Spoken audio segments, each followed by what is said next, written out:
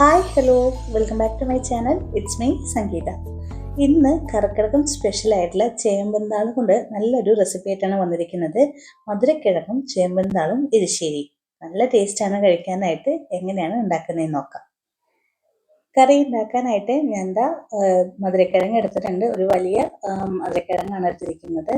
നിങ്ങളുടെ ആവശ്യത്തിനനുസരിച്ചിട്ട് എടുക്കാവുന്നതാണ് കേട്ടോ. പിന്നെ വേണ്ടത് ചേമ്പന്താളാണ്.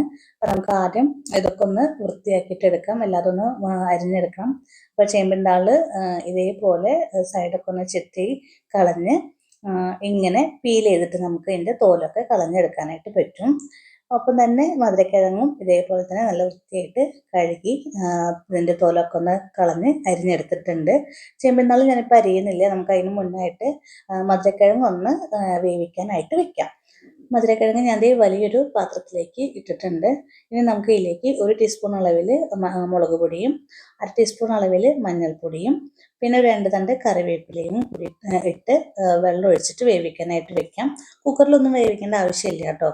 അത് എളുപ്പം പെട്ടെന്ന് വെന്ത് കിട്ടുന്നതാണ്. അപ്പോൾ കാരണം കൊണ്ട് ഇങ്ങനെ നമുക്ക് ഡയറക്റ്റായിട്ട് ഇതുപോലെ പാത്രത്തിൽ വെച്ചിട്ട് വേവിക്കാമെന്നല്ലോ. അപ്പോൾ വെള്ളമൊന്നും ഏകദേശം ഇത് മതിയാവും. ഏകദേശം നമ്മുടെ ഈ മധുരക്കിഴങ്ങിൻ്റെ ഒപ്പത്തിന് നിൽക്കുന്ന രീതിയിലാണ് വെള്ളം എടുത്തിരിക്കുന്നത്. ഇനി ഇതിലേക്ക് നമുക്ക് ഉപ്പും കൂടെ ചേർത്ത്, ഞാൻ ആദ്യം ചേർക്കാനായിട്ട് വിട്ടുപോയി. അപ്പോൾ ഞാൻ മധുരക്കിഴങ്ങിലേക്ക് ആവശ്യമുള്ള ഉപ്പും കൂടെ ചേർത്തിട്ടുണ്ട്. ഇനി നമുക്ക് സ്റ്റവ് ഓണാക്കിയിട്ട് അടച്ച് വെച്ച് നല്ല രീതിയിലൊന്നത് വേവിച്ചിട്ടെടുക്കാം. അപ്പോൾ ഇത് വെന്ത് വരുന്ന ആ ഒരു ടൈമും കൊണ്ട് നമുക്ക് ചേമ്പന്താളൊക്കെ അരിഞ്ഞെടുക്കാവുന്നതാണ്. അപ്പോൾ ഞാൻ ചേമ്പന്താൾ അരിഞ്ഞു തുടങ്ങിയിട്ടുണ്ട്. അപ്പോൾ നല്ല സുഖത്തിൽ അരിഞ്ഞെടുക്കാൻ പറ്റും, നല്ലൊരു സാറ്റിസ്ഫൈങ് ആയിട്ടുള്ളൊരു പ്രോസസ്സാണ് കേട്ടോ ഈ ചേമ്പന്താൾ അരിയുക എന്നുള്ളത്. എനിക്ക് ഭയങ്കര ഇഷ്ടമാണ്. അപ്പോൾ കുറച്ച് കനമുള്ള തണ്ടൊക്കെ ആണെങ്കിൽ ഇതേപോലെ ഒന്ന് രണ്ടായിട്ട് കീറിയിട്ട് നമുക്കിതുപോലെ കട്ട് ചെയ്തിട്ട് എടുക്കാവുന്നതാണ് കേട്ടോ. അങ്ങനെ ഒരു പാത്രം നിറയെ ചേമ്പന്താളും ഇവിടെ അരിഞ്ഞെടുത്തിട്ടുണ്ട്. ഇത് പക്ഷേ ഉണ്ടാക്കി വരുമ്പോൾ ചുങ്ങിപ്പോവും, അറിയാലോ. അപ്പോൾ ഇത് ഒരു 4 താളാണ് എടുത്തിരിക്കുന്നത്. ഇനി നമുക്ക് ഇതിലേക്ക് വേണ്ട അരപ്പിനായിട്ട് ഒരു മിക്സിയുടെ ജാറിലേക്ക് ഒരു അരമുറി തേങ്ങ ചിരകിയതും അതിലേക്ക് ഒരു 4 ചെറിയുള്ളി ഞാനൊന്ന് കട്ട് ചെയ്തിട്ടിടുന്നത് എളുപ്പത്തിൽ അരിഞ്ഞ് കിട്ടാൻ വേണ്ടിയിട്ട് 4 ചെറിയുള്ളിയും ഒരു 1/2 ടീസ്പൂൺ അളവിൽ നല്ല ജീരകം അഥവാ ചെറിയ ജീരകം കൂടെ ചേർത്ത് വെള്ളം ഒഴിച്ചിട്ട് നന്നായിട്ട് അരച്ചെടുക്കാം. ഒരു 5 മിനിറ്റ് 10 മിനിറ്റിന് ശേഷം നമ്മുടെ മധുരക്കിഴങ്ങൊക്കെ നന്നായിട്ട് വെന്ത് വന്നിട്ടുണ്ട്. നല്ല രീതിയിൽ വെന്ത് വന്നിട്ടുണ്ട്. നമുക്ക് സ്പൂൺ കൊണ്ടൊന്ന് ഇങ്ങനെ ഞെക്കി നോക്കുമ്പോൾ അറിയാനായിട്ട് പറ്റും നല്ല രീതിയിൽ വെന്ത് വന്നിട്ടുണ്ട്. ഇനി നമുക്ക് ഇതിലേക്ക് നമ്മൾ അരിഞ്ഞു വെച്ചിരിക്കുന്ന ചേമ്പന്താളിലേക്ക് ചേർത്ത് കൊടുക്കാം.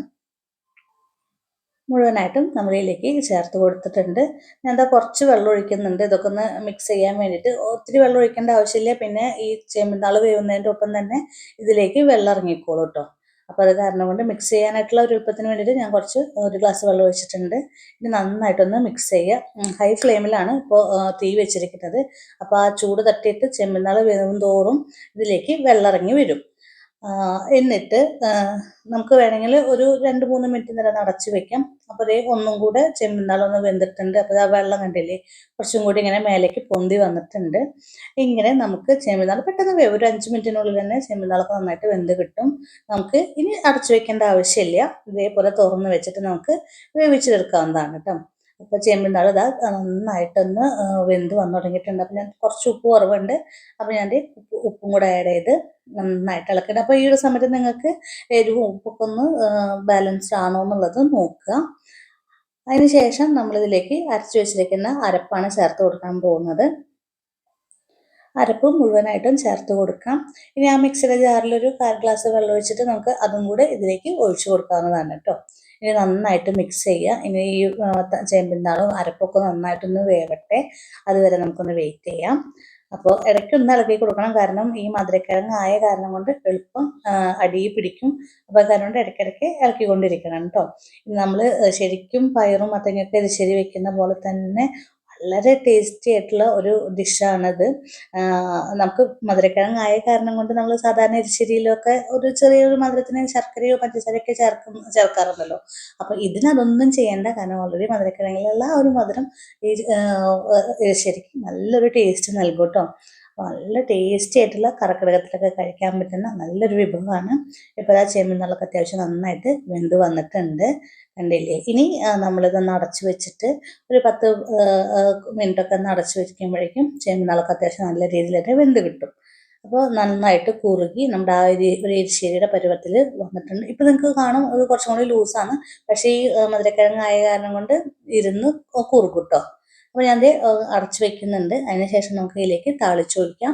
അതിനായിട്ടൊരു പാനിലേക്ക് വെളിച്ചെണ്ണയാണ് ഒഴിച്ചു കൊടുക്കുന്നത്. വെളിച്ചെണ്ണ നന്നായിട്ടൊന്ന് ചൂടായിട്ട് വരുമ്പോൾ ഇതിലേക്ക് കടുക് ഇട്ട് കൊടുക്കാം. 1 ടീസ്പൂൺ അളവിൽ കടുക് ചേർക്കാം.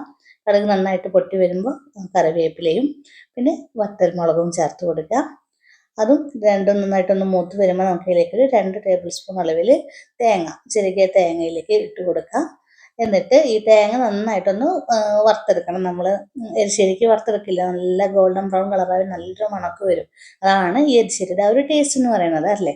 അപ്പോൾ അതേപോലെ നന്നായിട്ടൊന്ന് മൊരിയിച്ചിട്ട് തേങ്ങയൊക്കെ നന്നായിട്ടൊന്ന് മൊരിയിച്ച് നല്ലൊരു ഗോൾഡൻ ബ്രൗൺ കളറാകുമ്പോൾ നമ്മുടെ എരിശ്ശേരിയിലേക്ക് ഇതങ്ങോട്ട് താളിച്ച് ഒഴിച്ചു കൊടുക്കുക. ഇത്രയേ ഉള്ളൂ. വളരെ എളുപ്പത്തിലും നല്ല രുചികരവുമായിട്ട് ഈ ഒരു കർക്കിടക മാസത്തിൽ ചേമ്പിൻ താളൊക്കെ കഴിക്കുന്നത് വളരെ നല്ലതാണ്. അപ്പോൾ എല്ലാവരും ഒന്ന് ട്രൈ ചെയ്ത് നോക്കുക. ഇത് ചോറിൻ്റെ കൂടെ കഴിക്കാനായിട്ടും അതേപോലെ തന്നെ നമുക്ക് ചായയുടെ കൂടെയൊക്കെ വെറുതെ ഇരുന്ന് കഴിക്കാനൊക്കെ ആയിട്ടും നല്ല ടേസ്റ്റാണ്. അപ്പോൾ ഇതുവരെ ചേമ്പിൻ താൾ ഇതുപോലൊരു കറി ഉണ്ടാക്കിയിട്ടില്ലെങ്കിൽ എല്ലാവരും ഒന്ന് ട്രൈ ചെയ്ത് നോക്കുക. ട്രൈ ചെയ്തിട്ട് ഇഷ്ടമായിട്ടുണ്ടെങ്കിൽ നിങ്ങളുടെ ഫ്രണ്ട്സിനും ഫാമിലിക്കൊക്കെ ഒന്ന് ഷെയർ ചെയ്ത് കൊടുക്കാനും, ചാനൽ ആദ്യമായിട്ടാണ് കാണുന്നതെങ്കിൽ ഒന്ന് സബ്സ്ക്രൈബ് ചെയ്ത് സപ്പോർട്ട് ചെയ്യാനായിട്ടും മറക്കരുത്. അപ്പോൾ ഇതുപോലെ നല്ല നല്ല റെസിപ്പീസൊക്കെ ആയിട്ട് ഞാൻ ഇനിയും വരുന്നതാണ്. Stay tuned. Thank you.